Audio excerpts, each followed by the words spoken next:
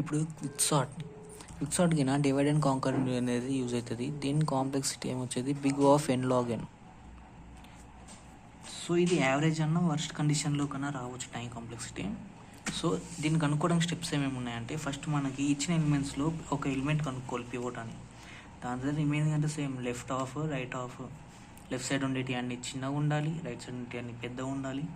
ఈ పివోట్ అనేది దాని మధ్యలో ఉంటుంది. ఓకే, ఫైనల్ ఆన్సర్ మనకి ఇలా ఉంటుంది ప్యాటర్న్.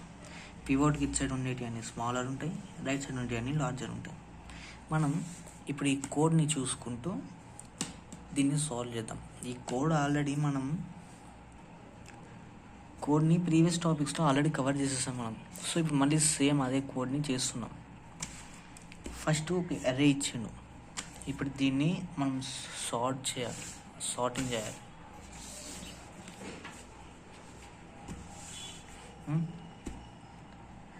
ఇది లీస్ట్ అనుకుంటా. సో మనం ఫార్ములా ప్రకారం ఐ తీసుకున్నాం కదా, ఐజే తీసుకున్నాం కదా. సో నేను ఐజే తీసుకుంటా, ఐజే. సో మనం ఇందులో పివోట్ ఎలిమెంట్ ఏదన్నా అనుకోవచ్చు.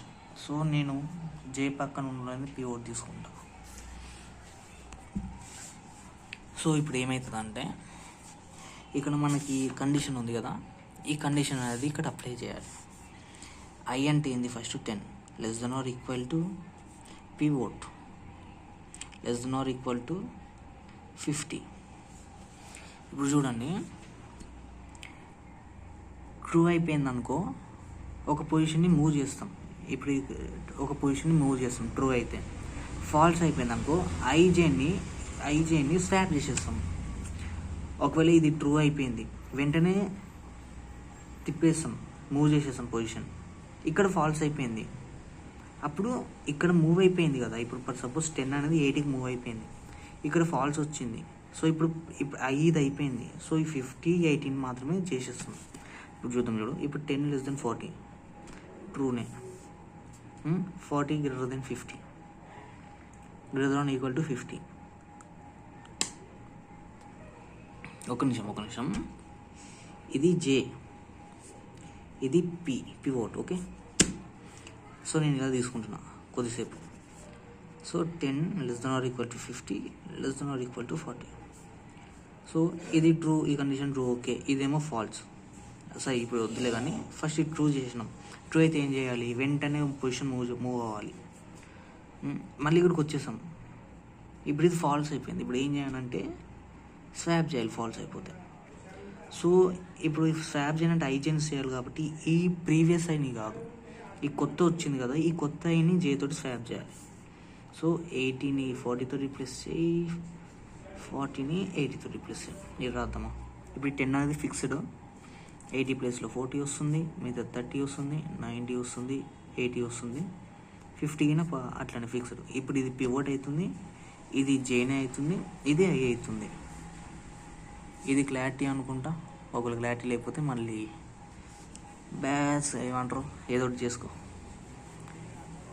మళ్ళీ same formula, i less than or equal to pivot less than or equal to j. True అయిపోయింది, వెంటనే మూవ్ అయిపోతుంది. ఓకే, పివోట్ ఇది ట్రూ అయిపోయింది, వెంటనే మూవ్ అయిపోయింది. నెక్స్ట్ ఇక్కడ ఇది ట్రూ, వెంటనే మూవ్ అయిపోయింది. ట్రూ. ఒకవేళ నీకు ఫస్ట్ ఫాల్స్ వచ్చింది అనుకో, డైరెక్ట్ స్వాప్ చేయొచ్చు. 10, 40, 30, 90, 80, 50. ఇది పివోట్. 90 దగ్గరికి జే వచ్చింది, 30 దగ్గరికి ఐ వచ్చింది. మళ్ళీ formula 30 less than or equal to 50 less than or equal to 90. Check చేయి, ఇది ట్రూ, ఇది కూడా ట్రూవే. సో ఇక్కడికి మూవ్ అయ్యేటి లేవు. ఇప్పుడు ఏం చేయాలి, అందరికి డౌట్ ఇదే వస్తుంది. సో ఇప్పుడు ఏం చేయాలంటే, మన పివోట్ ఎలిమెంట్ని ఎక్కడికి వెళ్ళి పెడితే అది సాటిస్ఫై అవుతుందో అక్కడికి ఆ పొజిషన్ చూసుకోవాలి. మన పివోట్ ఎలిమెంట్ ఎలా ఉండాలి, పివోట్ ఎలిమెంట్ లెఫ్ట్ సైడ్ ఏమో స్మాలర్ ఉండాలి, రైట్ సైడ్ ఏమో లార్జర్ ఉండాలి. ఆ పొజిషన్ చెక్ చేసుకుందాం. ఫస్ట్ ఎలిమెంట్స్ అని ఫ్రెష్ ఫైల్ రాసుకుంటా కానీ